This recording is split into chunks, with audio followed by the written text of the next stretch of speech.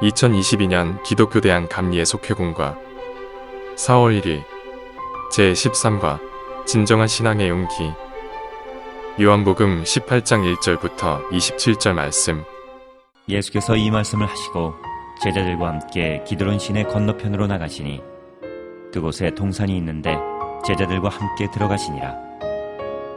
그곳은 가끔 예수께서 제자들과 모이시는 곳이므로 예수를 파는 유다도 그곳을 알더라. 유다가 군대와 대제사장들과 바리새인들에게서 얻은 아랫사람들을 데리고 등과 횃불과 무기를 가지고 그리로 오는지라. 예수께서 그 당할 일을 다 아시고 나아가 이르시되 너희가 누구를 찾느냐? 대답하되 나사렛 예수라 하거늘 이르시되 내가 그니라 하시니라. 그를 파는 유다도 그들과 함께 섰더라. 예수께서 그들에게 내가 그니라 하실 때에 그들이 물러가서 땅에 엎드러지는지라. 이에 다시 누구를 찾느냐고 물으신대 그들이 말하되 나사렛 예수라 하거늘 예수께서 대답하시되 너희에게 내가 그니라 하였으니 나를 찾거든 이 사람들이 가는 것을 용납하라 하시니 이는 아버지께서 내게 주신 자 중에서 하나도 잃지 아니하였사옵나이다 하신 말씀을 응하게 하려 함이로라. 이에 시몬 베드로가 칼을 가졌는데 그것을 빼어 대제사장의 종을 쳐서 오른편 귀를 베어버리니 그 종의 이름은 말고라. 예수께서 베드로더러 이르시되 칼을 칼집에 꽂으라. 아버지께서 주신 잔을 내가 마시지 아니하겠느냐 하시니라. 이에 군대와 천부장과 유대인의 아랫사람들이 예수를 잡아 결박하여 먼저 안나스에게로 끌고 가니 안나스는 그 해의 대제사장인 가야바의 장인이라. 가야바는 유대인들에게 한 사람이 백성을 위하여 죽는 것이 유익하다고 권고하던 자로라. 시몬 베드로와 또 다른 제자 한 사람이 예수를 따르니 이 제자는 대제사장과 아는 사람이라. 예수와 함께 대제사장의 집들에 들어가고 베드로는 문 밖에 서 있는지라. 대제사장을 아는 그 다른 제자가 나가서 문지키는 여자에게 말하여 베드로를 데리고 들어오니 문지키는 여종이 베드로에게 말하되 너도 이 사람의 제자 중 하나가 아니냐 하니 그가 말하되 나는 아니라 하고 그때가 추운 고로 종과 아랫사람들이 불을 피우고 서서 쬐니 베드로도 함께 서서 쬐더라. 대제사장이 예수에게 그의 제자들과 그의 교훈에 대하여 물으니 예수께서 대답하시되 내가 드러내놓고 세상에 말하였노라. 모든 유대인들이 모이는 회당과 성전에서 항상 가르쳤고 은밀하게는 아무것도 말하지 아니하였거늘 어찌하여 내게 묻느냐? 내가 무슨 말을 하였는지 들은 자들에게 물어보라. 그들이 내가 하던 말을 아느니라. 이 말씀을 하심에 곁에 섰던 아랫사람 하나가 손으로 예수를 쳐 이르되 내가 대제사장에게 이같이 대답하느냐 하니 예수께서 대답하시되 내가 말을 잘못하였으면 그 잘못한 것을 증언하라. 바른 말을 하였으면 내가 어찌하여 나를 치느냐 하시더라. 안나스가 예수를 결박한 그대로 대제사장 가야바에게 보내니라. 시몬 베드로가 서서 불을 쬐더니 사람들이 묻되 너도 그 제자 중 하나가 아니냐? 베드로가 부인하여 이르되 나는 아니라 하니 대제사장의 종 하나는 베드로에게 귀를 잘린 사람의 친척이라. 이르되 내가 그 사람과 함께 동산에 있는 것을 내가 보지 아니하였느냐? 이에 베드로가 또 부인하니 곧 달기 울더라.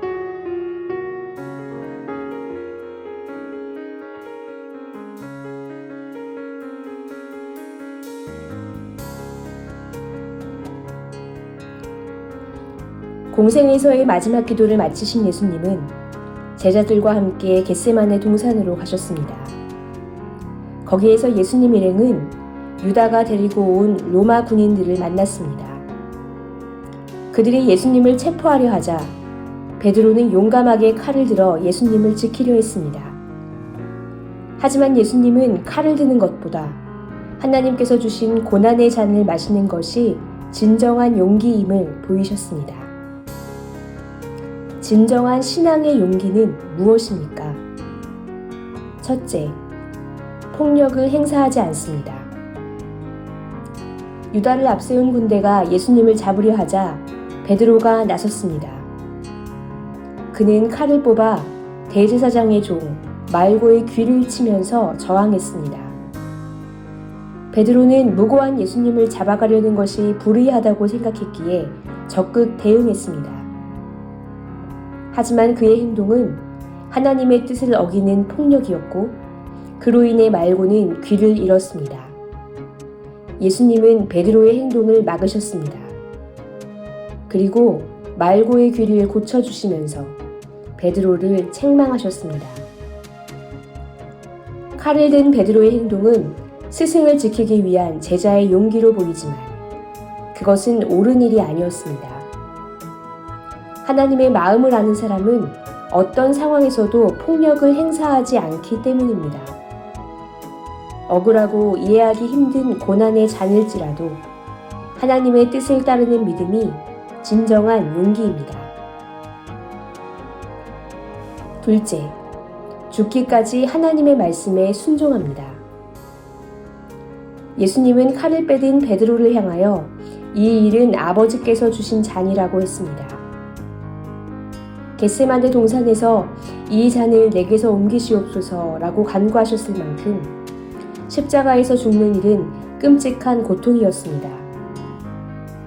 그러나 예수님은 아무리 고통스러워도 아버지께서 주신 십자가의 잔을 마셔야 한다고 하셨습니다. 예수님은 온갖 모욕과 폭력의 그 잔을 묵묵히 마시는 순종을 보이셨습니다. 결국 예수님은 그 순종하심으로 온 인류를 구원하셨습니다.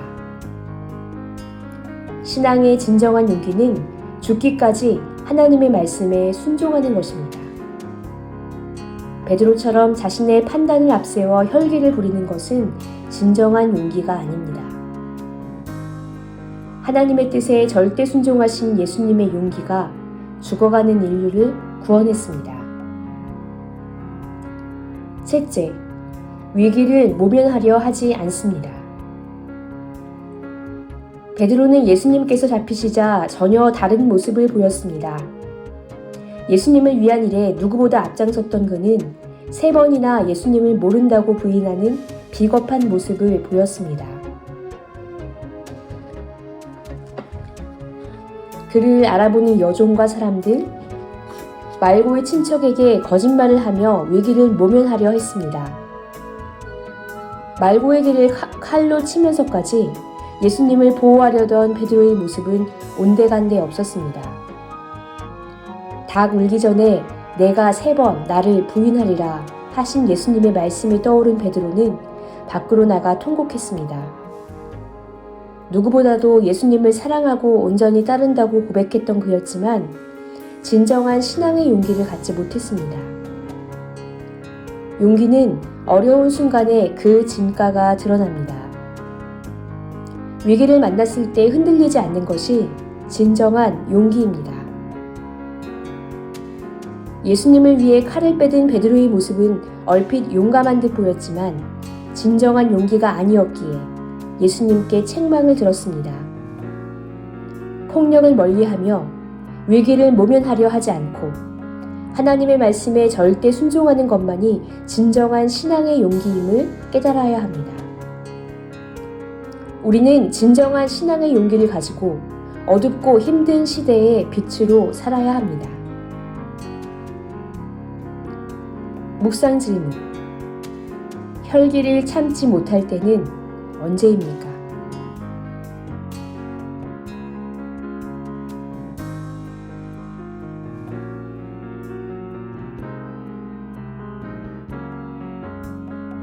나는 말씀에 순종하기 위해 어떤 노력을 하고 있습니까?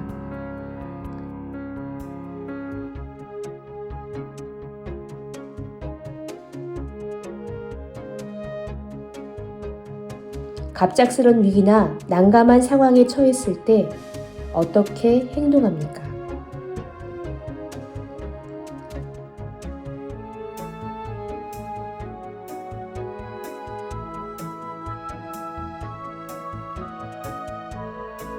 신앙의 용기를 키우기 위해 무엇을 하면 좋을지 생각해보고 하루에 한 가지씩 실천합시다.